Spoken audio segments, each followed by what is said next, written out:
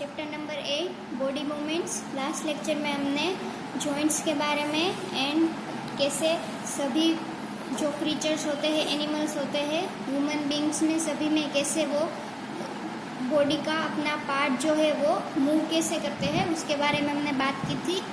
Now activity 1, place a scale lengthwise on your arm so that your elbow is in the centre.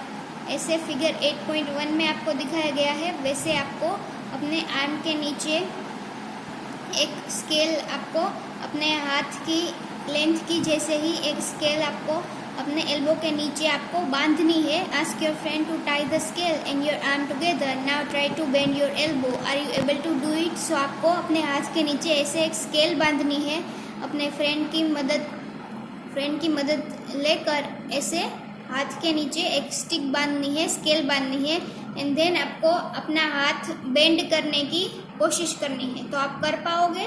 नहीं होगा, क्योंकि आपके हाथ के नीचे स्केल होगी जो बेंड नहीं होगी, इसलिए।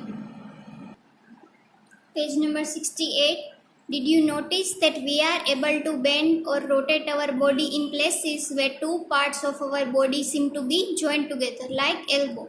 So आपने नोटिस किया है कभी कि जो भी बॉडी का पार्ट हम बेंड कर सकते हैं वो कौन सा पार्ट होगा जहाँ पर दो जो हड्डियाँ हमारी होती है वो जुड़ी हुई होती है, लाइक एल्बो से हम अगर बेंड करते हैं तो वहाँ पर एक जॉइंट होता है, इसकी वजह से हम मूव कर सकते हैं अपने बॉडी के पार्ट्स को। शोल्डर और neck, this place are called joints. So इस प्लेसेस को क्या बुलाते हैं? जॉइंट्स। जहाँ पर बॉडी के दो पार्ट्स जो है वो एक जगह से जुड़े हुए होते हैं उसे हम जॉइंट्स बुलाते हैं। Can you name more such joints? If our body has no joints, do you think it would be possible for us to move in any way at all? क्या आपको ऐसा लगता है कि अगर हमारे बॉडी में जॉइंट्स ना होते तो हम अपने बॉडी के पार्ट्स मूव कर सकते? नहीं कर सकते। What exactly is joined together at these joints? Press your fingers against the top of your head, face, neck, nose, ear, back of the shoulder, hands and legs including the fingers and toes. So आपको अपने fingers से अपने सभी body part को touch करना है। Face को fingers से, उसे फेस को, नेक को, सबके अगेंस्ट आपको पुश करना है। आपको फील करना है कि अंदर आपको क्या महसूस होता है। तो आपको बोन्स आपको महसूस होंगे, बोन्स फील होंगे आपको अंदर। सभी पार्ट्स को आपको ऐसे देखना है तो आपको एक मजबूत पार्ट जो है वो फील होगा जो कि बोन्स होंगे। Do you get a feel of something hard pressing against your fingers? The hard structures are bones.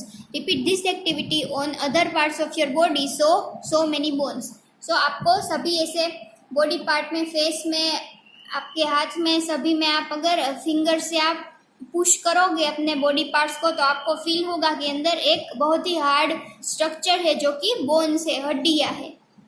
Bones cannot be bent, so how do we bend our elbow? It is not one long bone from the upper arm to our wrist. So आप bones तो आप bend नहीं कर सकते, क्योंकि अगर bones break भी हो जाते हैं, सो बोन्स तो ब्रेक हो जाते हैं, जो उसे बेंड तो नहीं कर सकते। तो फिर हमारे बॉडी के पार्ट से वो मूव कैसे करते होंगे, बेंड कैसे करते होंगे? शोल्डर, आप बॉडी के पार्ट्स के जो आप शोल्डर है या फिर एल्बो है वो आप अपने बेंड करते हो तो वो कैसे होता होगा? अंदर तो जो बोन्स है तो वो तो टूट जाएंगे। तो उसमें क्या है, सब में जॉइंट्स रहते हैं। It is not one long bone from the upper arm to our wrist. So हमारे अपर आर्म से हमारे रिस्ट तक सिर्फ एक ही बोन नहीं है, बट उसमें जॉइंट करके दो बोन्स है। It is different bones joint together at the elbow. So elbow से एक दूसरा बोन हो जाता है, शोल्डर से आर्म तक, एल्बो तक एक बोन होता है एंड देन एल्बो से फिर रिस्ट तक दूसरा बोन जॉइंट होता है। Similarly there are many bones present in each part of the body.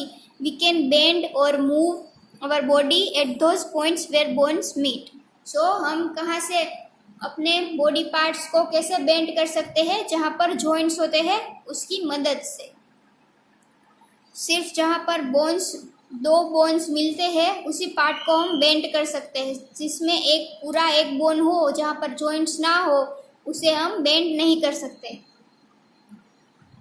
There are different types of joints in our body to help us carry out different movements and activities. Let us learn about some of them.